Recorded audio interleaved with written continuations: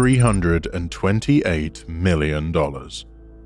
That's how much money federal prosecutors say Christopher Alexander Delgado stole from everyday investors through a company called Goliath Ventures. Not 100,000, not a million. 328 million. And what did he spend it on?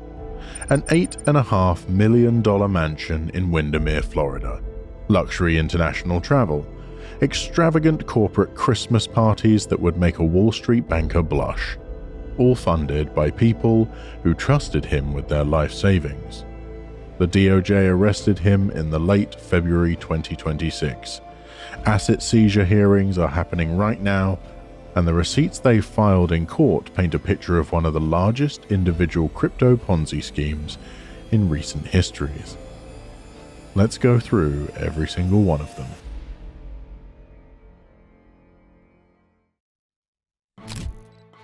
Goliath Ventures marketed itself as a cryptocurrency investment platform. The company's core pitch was built around something called liquidity pools, a real concept in decentralized finance where investors deposit crypto into a shared pool that facilitates trading, and in return, they earn fees. Legitimate liquidity pools exist. They're a real part of the DeFi ecosystem, and that's exactly what made this scam so effective. The underlying concept isn't made up. Delgado didn't have to invent a fake technology. He just had to lie about what he was doing with the money. The pitch to investors was straightforward. Give us your money, we'll put it into these liquidity pools, and you'll earn consistent, market-beating returns. The kind of returns that sound too good to be true, because they were. According to the DOJ, the money was never going into liquidity pools. It was going into Christopher Delgado's personal accounts. Christopher Alexander Delgado positioned himself as a visionary tech CEO. He had the look, the confidence, the vocabulary. He could talk about blockchain mechanics in a way that made unsophisticated investors feel like they were getting access to something exclusive. And that's the playbook. Every Ponzi scheme operator in history, from Bernie Madoff to the guys running crypto scams out of Miami penthouses, follows the same script. Create an aura of exclusivity. Make the investor feel lucky to be involved. Used just enough real terminology to sound legitimate, but never enough for anyone to actually verify what you are doing. Delgado lived the part. The DOJ filings describe an $8.5 million mansion in Windermere, Florida.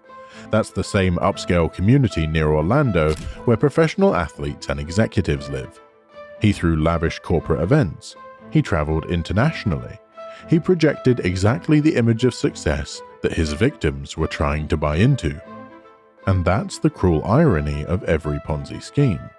The lifestyle that convinces you to invest is the lifestyle being funded by your investment. You're literally paying for the illusion that's tricking you. Let's break down the actual mechanics according to the federal charges. Step 1. Delgado and Goliath Ventures solicited investments from individuals across the country, promising returns generated by cryptocurrency liquidity pool operations. Step 2. The money came in.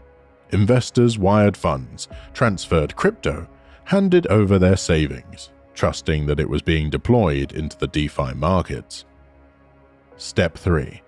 Instead of investing the funds, Delgado allegedly diverted them to personal accounts.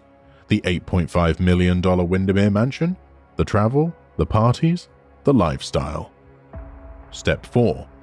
And this is the part that makes it a textbook Ponzi scheme. Early investors were paid returns using money from newer investors. This created the appearance that the liquidity pool strategy was working.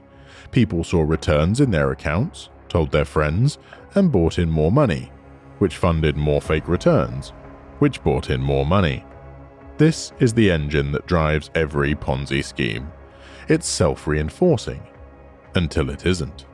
Because the math always breaks eventually. You can never bring in enough new money to cover the obligations to existing investors, because the operator is siphoning off the top the entire time. The DOJ's estimate is that $328 million flowed through this scheme. Think about that number. That's not money from a handful of wealthy speculators. At that scale, we're talking about hundreds, possibly thousands, of individual investors, regular people who saw crypto as an opportunity and trusted the wrong person. Ponzi schemes collapse in one of two ways. Either the operator runs out of new money to pay old investors, or law enforcement catches up first. In Delgado's case, federal authorities caught up. The DOJ's Middle District of Florida office announced the arrest in late February 2026. The charges are severe. We're talking about wire fraud on a scale that carries decades of federal prison time. But here's what makes the current moment particularly dramatic. Asset seizure hearings are actively underway as of March 2026. This is where the government moves to seize every asset it alleges Delgado purchased with investor funds. The mansion, the vehicles, the accounts, everything. These hearings are public record, and what's being revealed is staggering. If the allegations hold up, the gap between what investors put in and what's left to recover will be devastating. That's the reality of every Ponzi scheme. By the time it collapses, most of the money is typically gone. Now, to be absolutely clear, Christopher Delgado has been arrested and charged, but he has not been convicted. He is innocent until proven guilty in a court of law. The evidence we've walked through today comes from the DOJ's filings and the prosecution's theory of the case. A trial will determine the facts.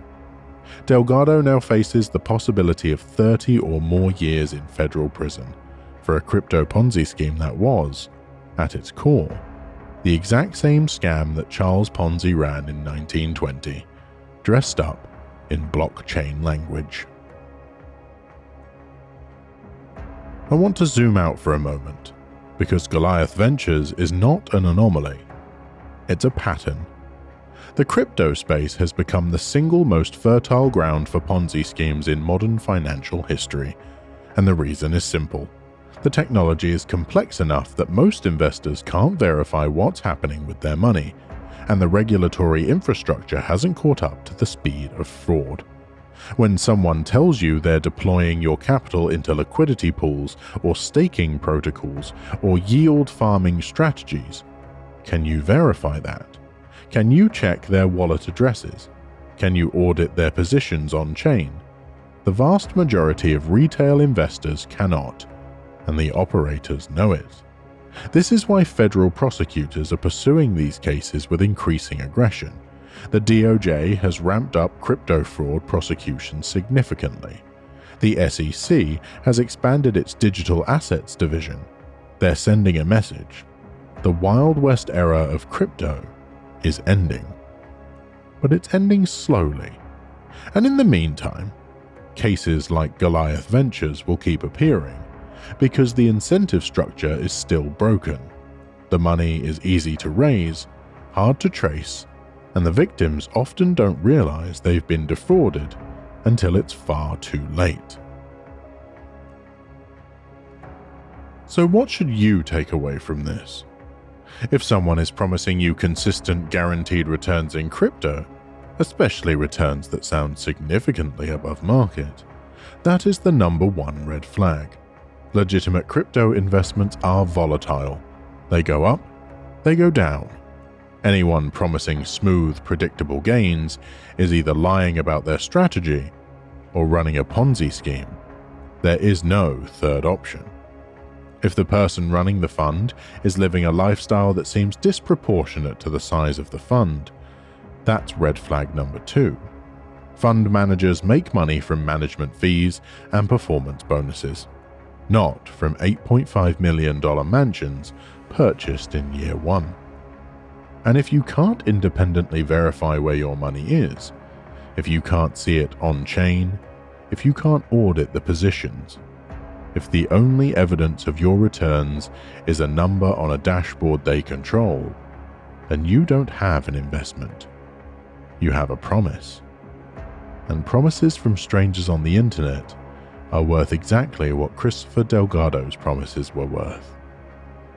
$328 million. Gone.